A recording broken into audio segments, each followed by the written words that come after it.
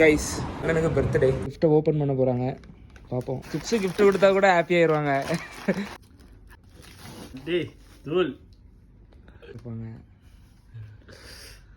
இங்கே எடுத்த நாங்கள் இந்த ட்ரிப்பில் எல்லாரும் நாங்கள் 2 பேரும் எடுக்காங்க. அடுத்தது தான் உங்களுக்கு தெரியாமல் ஆர்டர்.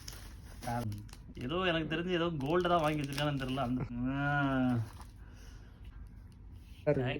Thank you wow.